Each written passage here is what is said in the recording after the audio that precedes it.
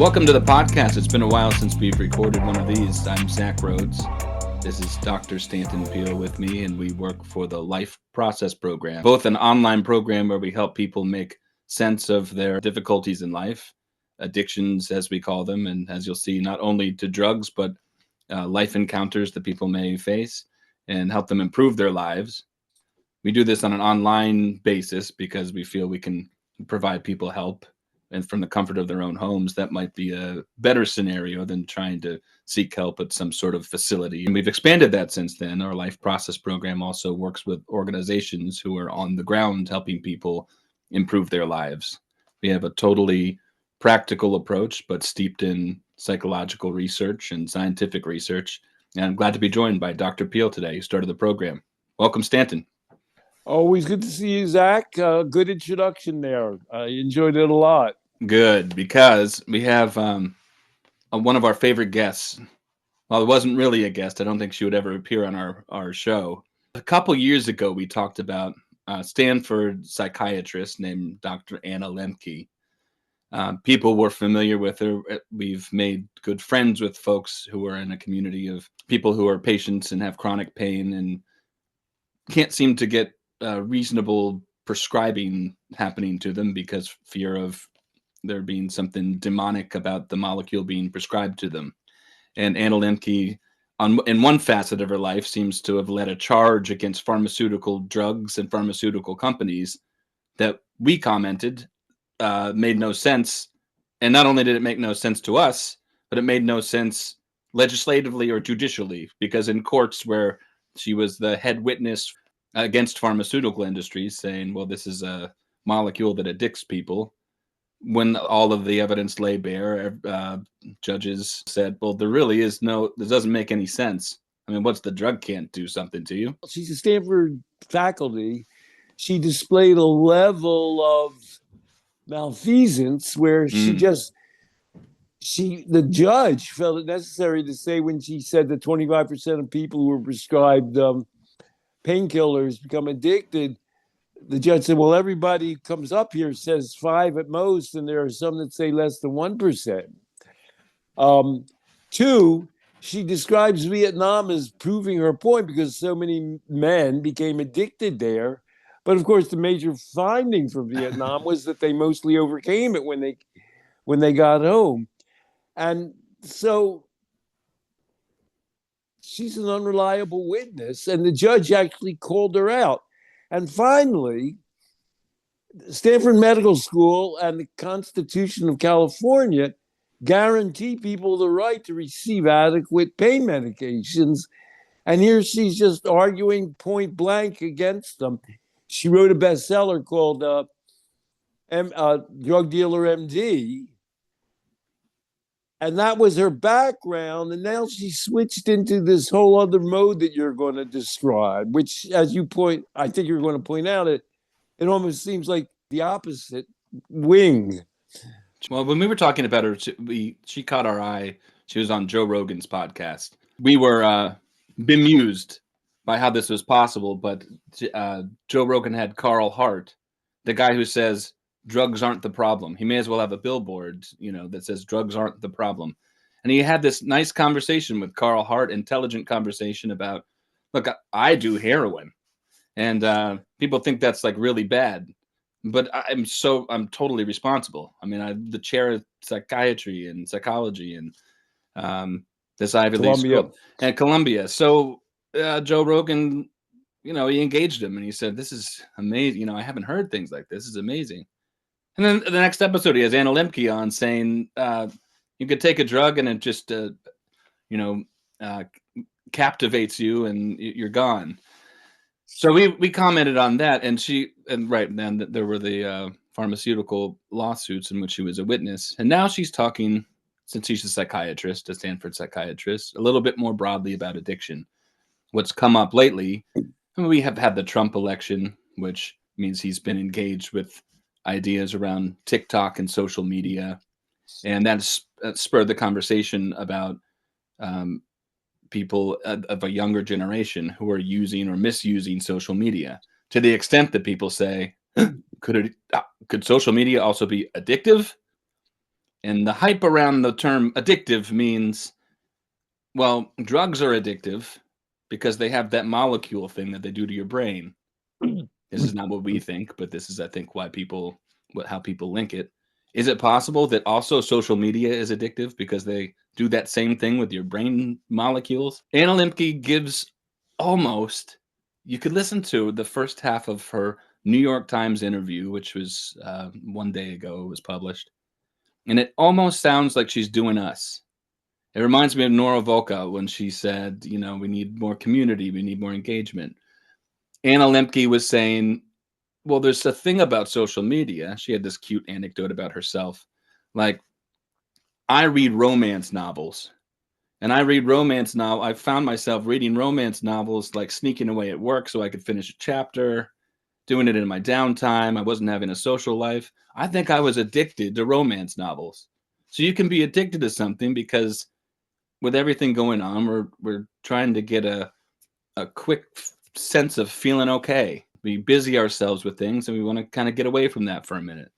So, right, that sort of sounds like she's saying social media is addictive in the sense that it's a thing you experience because you want some solace in something and you could go overboard with that.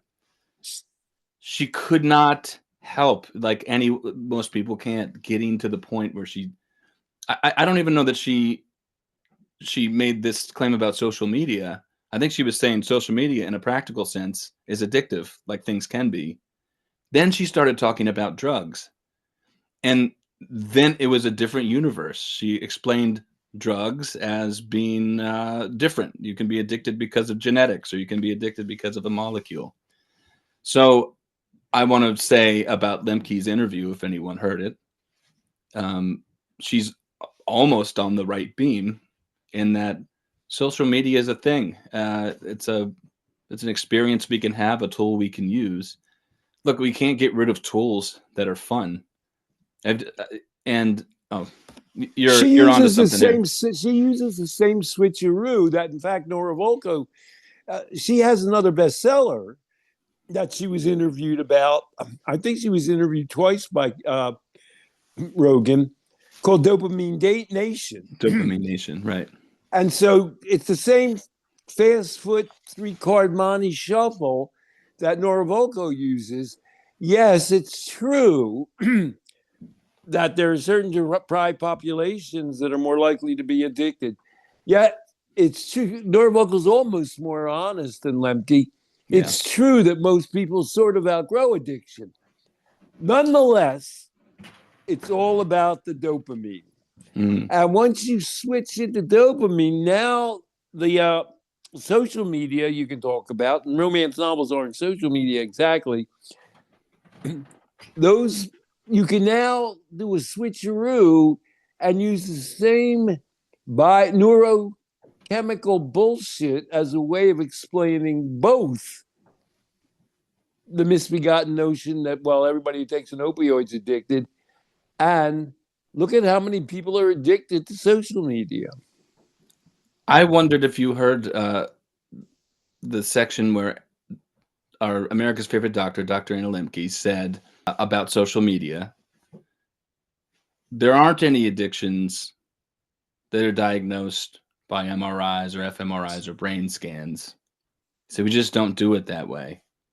That's a set of behaviors that sort of compile in a person's life, and you hold that adjacent to their balance in life, and you figure out clinically whether somebody has an issue or doesn't have an issue. And she said this like, can you believe it? And she was saying that's negative, or? No, she was saying it as a matter of fact. It's just that she can't land there. That whole debate appeared, it's still the Diagnostic and Statistic Manual. We were on 5 and now we're on 5 transition. Mm-hmm. They declared one thing addictive, and that was gambling. And they claimed, and it's total bullshit, that brain waves produced by gambling are comparable to brain waves produced by drugs, which is mostly because different brain waves are produced by different drugs. And it wasn't, they claimed, produced by sex or relationships or gaming. And so they managed to include one non drug activity. It's called substance use disorders and addictive behaviors in the same section, and but they still managed to do it on a totally misbegotten biological reductionism basis. I'm going to move from Lemke soon. I'm not so Go focused on ahead. her that I'm interested. But on one hand, she says no brain scan can diagnose this, so it's all behavioral. It's clinical. She says That that, sounded huh? good. On the next breath, she'd say, but it is a psychopathology. You see it more in some people who did this or that.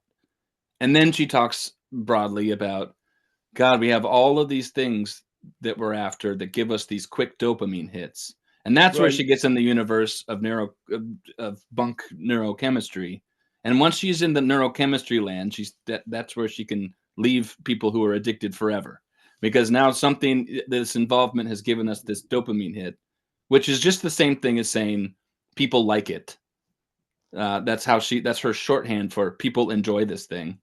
But dopamine hit is a bad word in her world. Well, there are, and she's also saying some people can get addicted. But what you're pointing out is neurochemistry is disproven by epidemiology. Neurochemistry says, well, you take the drug, it's addictive. Dopamine, boom. Well, some people seem more inclined to become addicted than others. They tend to be more disadvantaged people. Noravoco says that. A. B, an awful lot of people, although I don't know if Lemke gets into this, Noravoco has said this, outgrow it. So wait a second. How does that happen? And the third way in which it fails epidemiologically, Lemke is trying to explain, I think, dopamination, why we're becoming more and more addicted. But why would all this change? Okay, so we have more ready access to social media, but in the case of opioids, they've been around forever. Why would there be more addiction now all of a sudden? Mm. And she's Noravoco will say, well, it's true. It's much more prevalent in downtrodden, marginalized neighborhoods. Boom. And Lemke gives kind of a social history. Well, we're more worried now. Like she was reading those crappy novels when the pandemic happened. We're So, more anxious and more aware and more worried than ever, so we seek solace in stuff. so as you point out, how is that a statement about dopamine? Dopamine's been around, and people have been doing things to avoid stress forever. Right. And to say, well, if you're going to say we're under more stress and we're less positively involved in things, okay, that's a realistic, and kids are under more tension. That's a realistic thing to say. But what's dopamine got to do with that? You know what I mean? And people have been people have been using different out paths for dealing with these things forever. If she wants to say we're in a worse place now, go ahead and say, and certain individuals, groups are in worse places. That's a whole different universe to talk about. Here's where the social media discussion comes in. You laid it out really nicely that talking about dopamine, you somehow bring in the dopamine concept, and you're saying, how does this involve dopamine? The same thing that we've always, our human nature has led us to for history. Okay, and then And my some thing, people resist it, and some people don't. If it's so addictive, why is there such social stratification? the life process program says, we say that the ameliorative factor to this is, well, if you're living a positive, productive life where you can sort of count the things that you're doing as part of your purpose, then it's not, no matter what you're doing that feeds that's positive and productive, and that's a good life. That's an anti-addictive sort of a life. She's saying And Anna Lembke, did she really start reading romance novels so much that she lost it? I mean, how do you know somebody is addicted? You know what I mean? Well, like you go crazy, you lose your job. Anna Lembke writes bestsellers, appears on Joe Rogan, gets interviewed in the New York Times as a professor at Stanford. She's not your image of an addicted individual. And so you say, gosh, she found those romance novels really addictively alluring. But, when you're a professor at Stanford, they pay a couple $100,000 a year and you write bestsellers, you'll usually surmount that bump in the road. You know what I mean? Hey, look, if she says, I mean, she's sort of trying to be sympathetic to her own clients and say, I think if I were one of my clients, I might nudge a little bit and say, are you sure you're not wanting to be more pro-social about things? Whatever. I'll give her whatever grace if she wants to be a cute romance novel addicted person. But the glaring difference for me that might not be very easy for people to see is that her entire theory actually operates in fear. Ours says people are people and we think you should be purposeful and you might think about how to do that. She says there's so much that we're worried about. We got to shut down the things that are getting us to worry so we don't get the dopamine thing. And that is not on the fear is the right word. It's fear inspiring. It's hopeless. It's driven by the dopamine. And her own example, and anything you would think a psychiatrist sees this constantly, we're on the side of, well, people resist and overcome all kinds of addictive impulses, depending how engaged and rewarding their lives are. Dr. Lemke, you're a perfect example. We'd like to put you on the cover page of the Life Process program. Here's a woman who was really drawn into addictive romance novels, but look, after being in the Life Process program, now she's a professor at Stanford, writing bestsellers. I work with kids, and I have just two things to say about social media fear. Which is crucial. We're leading up to all of this. Go. I say my response is always open-ended questions and then a willingness to participate. But the questions are, have you thought about leaning into social media involvements, doing it with them? This is to parents or teachers. So for teachers or educators, it would be, have you thought about setting up lessons so that you're using the very social media tools they are, except constructively, and being an adult and setting a values space for it? And the second is, are you offering or educating your kids about anything that's at least as interesting or more interesting than social media that makes them productive in general? Those are really the only two questions, and that could provide tons of answers and creativity. The answer, well, it's dopamine, so we better watch out, shuts down the conversation immediately. So right or wrong, and I think we're right, at least we have something to build from. I think you're perfectly practical, you're perfectly scientific.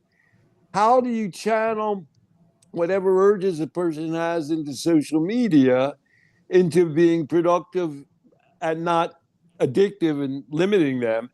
And how do you help people, part and parcel of that, get involved in the world so they're not inclined to become addicted towards something and addictively embedded in it? And that's your job. That's what we're in school to help people do, or as parents, as the case may be. What's an example, do you think, of something that's not social media? What's something from the past? What's something in the 70s? TV? TV was the big thing.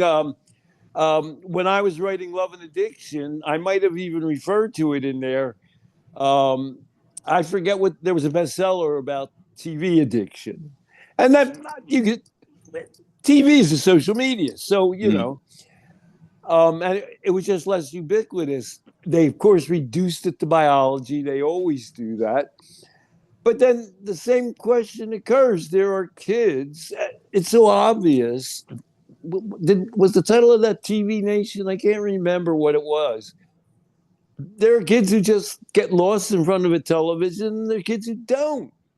It's almost like saying, okay, now they're worried about fentanyl, but there's always been opioids. Yeah. And so you have the same question. If somebody becomes addicted to fentanyl, well, why are they so embedded in that?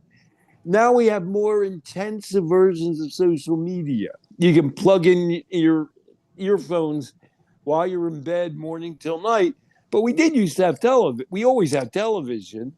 If you were inclined to get addicted, and we way back we had the old video games. So there's all that dilemma has always been present. And now it's like it's sort of like she's saying, "Oh, social media are the fentanyl of, or the parallel to fentanyl compared to all the old time addictive chemicals and drugs and social media." Yeah. But it's the same equation, and it'll always be the same equation in human life. That's the one you have to deal with. You said you wanted to, you were thinking a little bit bigger. It's social media, its implications on society in general, more than, I'm thinking about, my lens is always on kids. I have a kid, I work with kids, work with people in our life process program, yes. But when I think broadly philosophically, I'm thinking about kids and social media, which is where the conversation's happening.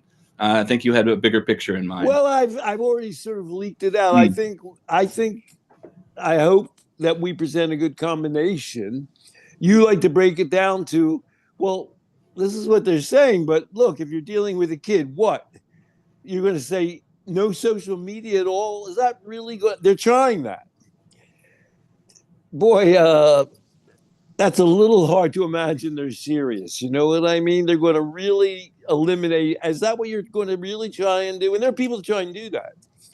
They're going to eliminate cell phones for kids. Good luck. They're going to eliminate TikTok. It's like a joke. You know what I mean?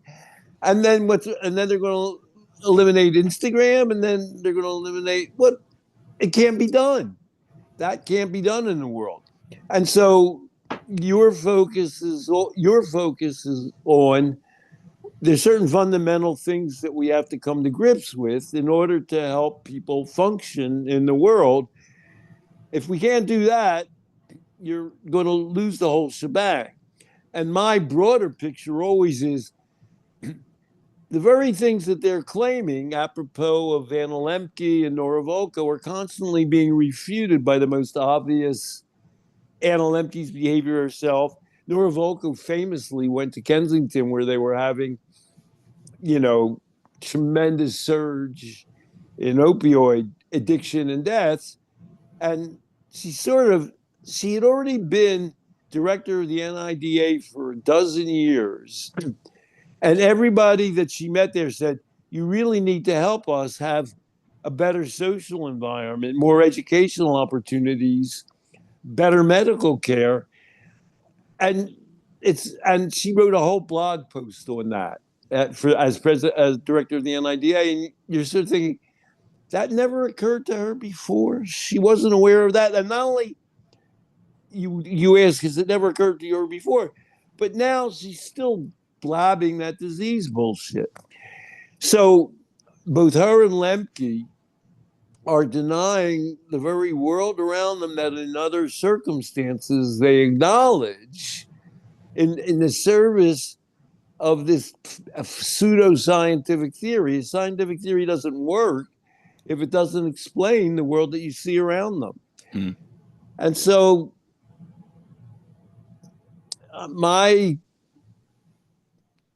you can't go wrong in America by being intellectually dishonest and scientifically malfeasant. Nora Volko and Anna Lembke are two great examples. I'm just going to gratuitously throw out a couple of other people. Don't sue LPP or SAC, just sue me.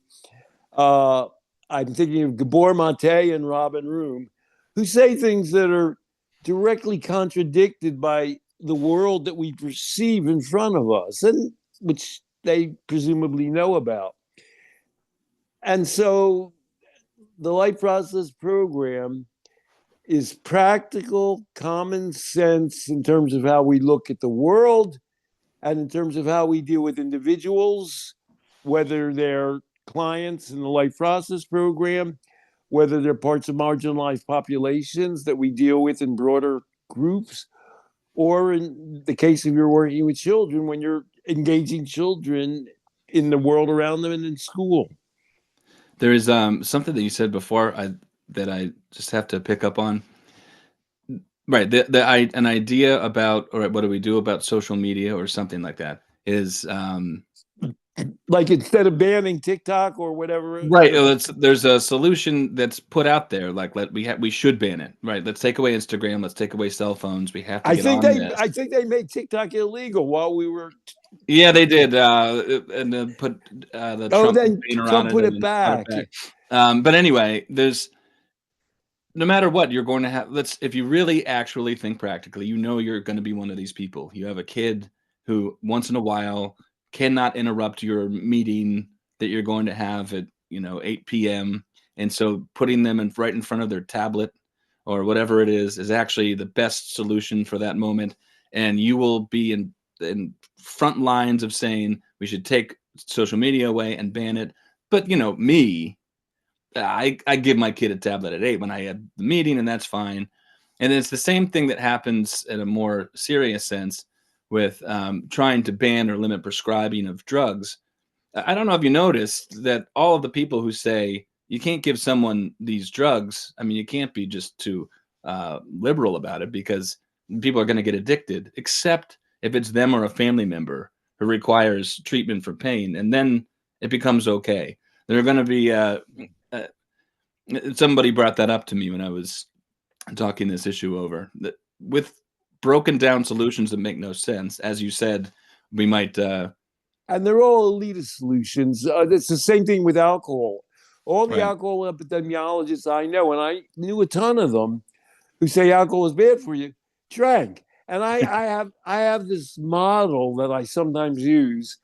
I say they're all playing you for suckers. They're all going, let's tell them how bad alcohol is so that we can enjoy alcohol and lead healthy lives. When I was in Ireland, the guy who was talking about, well, the more alcohol you drink, who was an Irish guy, the worse it is. He goes by that theory. And I say, do you teach your kids to drink alcohol? I know he does, and he refused to answer, because that exposes the hypocrisy. Alcohol is a poison. Do you drink? Well, I was at a talk, but as a journalist, somehow I got snuck in as a journalist by a woman who said drinking alcohol at an earlier age always produces more alcoholism. Hmm. Before the session started, she was a young, attractive woman. She described her wedding. She had gotten married. And she's wealthy. I mean, her husband's a lawyer or something. They got married in Italy on a mountaintop in Piedmont where they drank the natural wine. And this is before her lecture. I said, did the young people that were present also drink wine? And she said, well, yeah. To me, that's the epitome. Well, I live on a mountaintop. I'm a doctor, for God's sake. The kids in my sphere, they're going to go to Harvard Medical School if I have anything to do with it. Of course, we're going to drink alcohol and enjoy it and be healthy. That's why she even painted the whole aesthetic for you, so you didn't have to do it. I might. The joke I wanted to make was, why didn't you invite me? It sounded great. You know right. What I mean? Yeah. And so it's like the public health world that people with more secure foundations and more options are more confident that their children will avoid these addictions in the first place. And if they do succumb to them, they'll be more likely to outgrow and overcome them. You and I have discussed that in the case of a beautiful child. His son was lost. Beautiful boy. And methamphetamines, horrible, rehab, and kept going in and out. What's he do now? He writes bestsellers and he gives lectures about addiction. Right. And, he knows how to write because his father was a famous writer.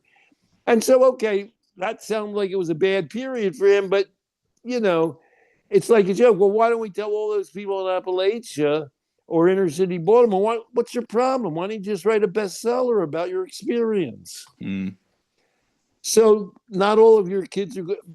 Your skill, one of your gifts, is you look at a kid and you almost ask the question, well, he's probably not going to, or she's not probably not going to write a bestseller, but he or she has some gift that can really work, that people admire here in school, that you can make a living doing. That's a way to go in life. Let's channel that. And by the way, one of my students was like, no, there's no joy in any effort. It's too much effort. But I do like taking pictures. And his business now is selling postcards from Instagram. So I got to tell you, I use the addictive social media in order to help him propel his life forward. Well, your point is painkillers aren't addictive when you're using them because you've been in the hospital and you have pain. Social media isn't addictive when you're saying, I mean, some people made a fair amount of money. Whatchamacallit was just interviewed today on Sunday. Um, Microsoft, where he said about himself, today I would be cool. What's his name? Who Bill invented Gates, Bill Gates. Today I would be diagnosed autistic. as autistic. Yeah. But I did spend my time developing, platforms. I worked really hard. I got into Harvard. I dropped out, but I didn't drop out to, spend all my time playing video games. I dropped out to develop a worldwide platform that people can now, obviously, that's an extreme case, but it just points out that the object of your desire is inconsequential. What it is, it's how it slots into an overall approach to life, how positive, how rewarding it is to you and to the world. So what's the point? Let me see if I can summarize, and then if you think I'm missing anything, then do me one better. But I heard this interview with a Stanford psychiatrist today, and I thought, well, Anna Lembke. here's somebody who Anna Lembke, and here's somebody who's been talking about drugs and why they're bad, and we have to stay away from them and stop prescribing them. And now she's turning to a more common, some will call it a behavioral, but another different experience, social media, explaining, well, there's no like brain scan we can do, but obviously people are fear driven because of social media, and they're implicating themselves by using more social media because they're trying to get away in an addictive way, triggering dopamine. And I couldn't help but think, God, if I were naive, I might think we're doomed. The life process program has a beat on this, and we say there's you of course anything can become a problem, and problems are real. When you have a problem with something like social media and it detracts from your ability to generate a good life, that's a real problem, and you might want to think about setting yourself in better order. And there are practical ways to do that, and it doesn't involve limiting the world around you. It can actually be using the very same tools you're using, but having a much more productive, purposeful mindset about yourself and your place in the world. Whereas there are addiction experts who are talking about social media now who are saying this is a new addiction. Forget the other floods of addictive stuff we've told you about. Here's a new one, and we should run from this one too. And I couldn't help but paint the stark That's a contrast. perfect summary of all that. I just want to give one other little teaser. We now work, as you described at the beginning, with institutions, and you sometimes will find yourself in a setting where you're working with peer counselors, and somebody will present you with the disease notion. And we've dealt with this separately. And I'm going to do my version of you. You're going to say, well, let's hold off on that. Let's just talk about people's behavior and people's situation. Let's cut the dopamine crap, the fentanyl crap, the opioid crap, and talk about people and their lives and the choices and options they have. And you have a skill at defanging social media and opioids both by just that's by getting back down to brass tacks. It's like a skill you have that it's very productive life process program. I think that's built into our values system here. You and I always come back to this, but there's not a person who's going to say to us, I think that I have a disease because I have an addiction. And then we'll say, nah, that dialogue and helpfulness doesn't work that way. So you just do that with people. It's like, all right, we'll have to think about what disease is. Let's go on a different track for a minute and build from there and see where if that runs us into diseaseville or not. And hopefully we win out, you know. All right, we've covered every aspect, I think, of addiction, social media, opioids, the marginalized populations, students. You know, this 45 minutes could be an entire addiction course. There you go. But we'll have to do it again soon. We won't wait so long before next time.